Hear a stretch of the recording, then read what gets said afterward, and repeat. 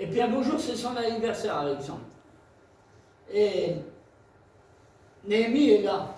Et puis d'un seul coup, il y a des Juifs de la diaspora qui viennent, et ils viennent vers lui, et il les a pas vus il y a longtemps, et puis d'un seul coup, il lui rapporte. Il dit, comment ça se passe à Jérusalem là? Il dit, quoi, Jérémie? Néhémie, tu sais pas ce qui se passe? Ce qui s'est passé à Jérusalem? Ben quoi?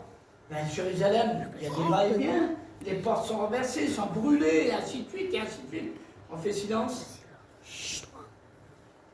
Et puis, là, Néhémie prend conscience. Il dit, comment ça c'est? J'étais pas au courant de ça. Et il dit, oui, là-bas, ça s'est passé comme ça, et comme ça, et comme ça. Et Néhémie reprit dans son cœur. Il lui dit que Néhémie pleure, il se met dans la prière, dans le jeûne, des nuits de prière, et ainsi de suite. Et d'un seul coup arrive le mois de Nissan. Un genre de banquet de l'anniversaire du roi. Et le roi est en face de lui. Et Néhémie va saisir l'opportunité, le moment voulu, le moment vital et capital pour lui, pour saisir le moment de Dieu. C'est son temps à lui. C'est l'opportunité. Il regarde le roi, il sait que le roi, il n'y a que le roi qui peut faire quelque chose pour lui. Lui, il est au service du roi. Alors, il ne peut pas agir dans sa manière à lui. Il risque sa vie. Et là, il prend du vin qui est en face. Une coupe de vin. Et il va devant le roi comme ça, et puis il lui tend le vin. Et tellement qu'il lui tend le vin, il le regarde, il le fixe, il attire son attention. Il lui attire tellement son attention que le roi le fixe. Il n'arrive plus à partir avec la coupe. Mais là, il tend la coupe et il le fixe dans les yeux pour que le roi remarque, voie sa situation. Et le roi le regarde, il dit, mais Néhémie, je t'ai jamais vu comme ça. Pourquoi ton visage est-il si triste, découragé? T'as un problème, t'es malade. Et dans ce temps-là, il y avait des sourcils et tout ça. Et Néhémie rixait sa vie à ce moment-là. Il dit, t'as fait autre chose. C'est le péché. C'est quoi? Non, Néhémie dit, pourquoi mon visage est triste comme ça, moi? Il dit, comment je pourrais être triste alors que moi je suis dans la palais et que la maison de mes pères, de mes grands-parents, les tombeaux sont renversés, les portes sont brûlées? Comment je pourrais être joyeux? Comment je pourrais être joyeux? Et puis Néhémie, là, il anticipe. Et le roi, il dit, mais tu cherches à obtenir quelque chose, Néhémie? Il dit, oui. Il dit, je voudrais aller là-bas, et ainsi de suite. Vous avez toute la lecture dans le chapitre 2 du livre de Néhémie. Et là, le roi lui fait des lettres pour qu'il va là-bas à Jérusalem et qu'il reconstruit. Mais je vais faire une petite marche arrière. On va rembobiner la bobine de film, et puis on va regarder en arrière. Néhémie a profité de l'occasion qui était occasionnelle pour lui de faire quoi? De faire quoi? De attirer l'attirance du roi. Il a saisi l'opportunité. Parce que Néhémie, à ce moment-là, était disponible. Il a attiré toute l'intérêt du roi.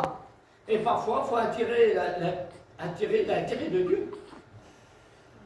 Il faut savoir, des fois, s'afficher. Et lui dire, Seigneur, regarde ma situation. Regarde mon souci, regarde mon angoisse, regarde mon anxiété, regarde le problème. Seigneur, regarde-moi. Il faut attirer l'attirance de Dieu sur nous. En disant, Seigneur, mais regarde-moi. Je veux, toi, mon roi, le roi des rois. Parce que, comme je disais hier, Jésus est le roi des rois, le pasteur des pasteurs, le maître des maîtres. Jésus, c'est le berger des bergers. Jésus, c'est à la fois le berger et c'est la brebis.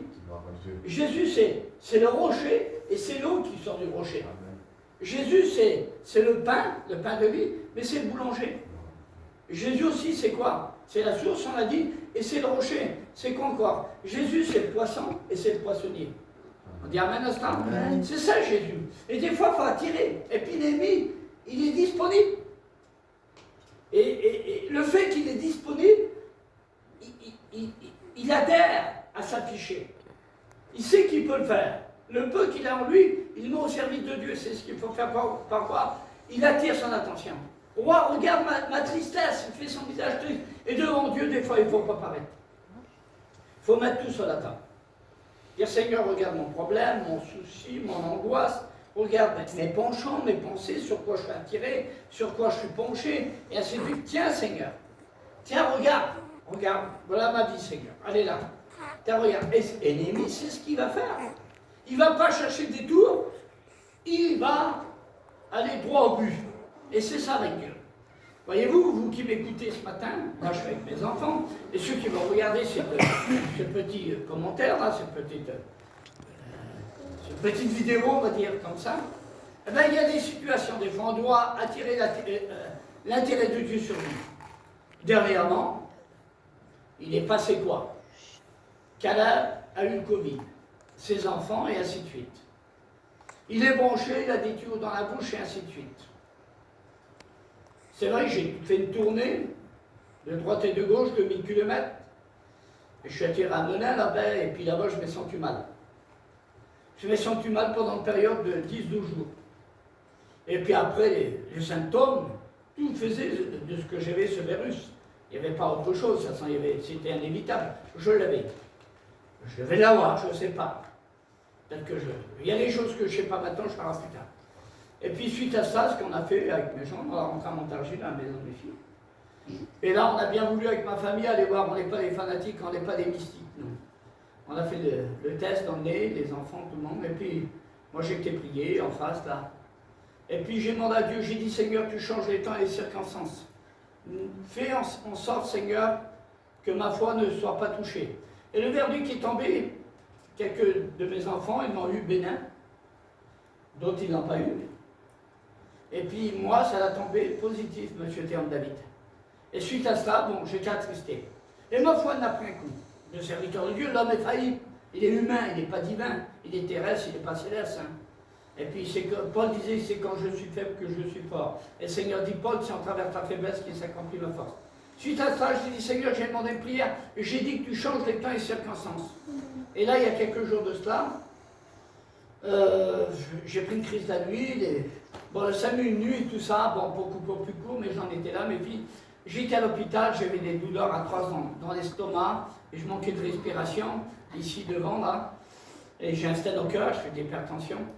Et on m'emmenait à l'hôpital, et puis là, on m'a branché, et ainsi de suite. On m'a fait un cardiogramme, ensuite une prise de sang. C'est ce qu'on me fait normalement, à chaque fois que je vais à l'hôpital, quand je fais des trucs du cœur. Et ensuite, on m'a fait une deuxième prise de sang. Et on n'en trouve rien.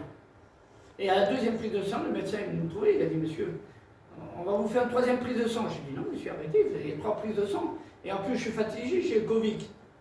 Mais elle m'a dit, monsieur, vous n'avez rien du tout.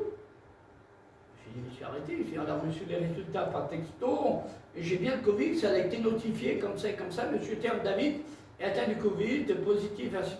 Il dit, arrêtez, monsieur, votre femme est où? Ben, je dis, elle est dans la salle d'attente avec mes enfants. Ils sont revenus, puis là, ils ont téléphoné à Orléans, à la source, et ils ont téléphoné au CHU d'Orléans aussi, pour savoir vraiment si je mentissais ou pas. Ils ont vu, ils ont dit, vos résultats sont négatifs, monsieur. Oh, Dieu. J'ai dit, est-ce qu'il y a une trace dans les prises de sang? Ils ont fait une troisième prise de sang, et il n'y a plus rien. Amen. Il n'y a rien. Oh, Alors, suite à cela, est-ce qu'il s'est fait? Est-ce que Dieu a changé? Oui, Dieu change les temps et les circonstances. Amen. Dieu change. Dieu opère des miracles.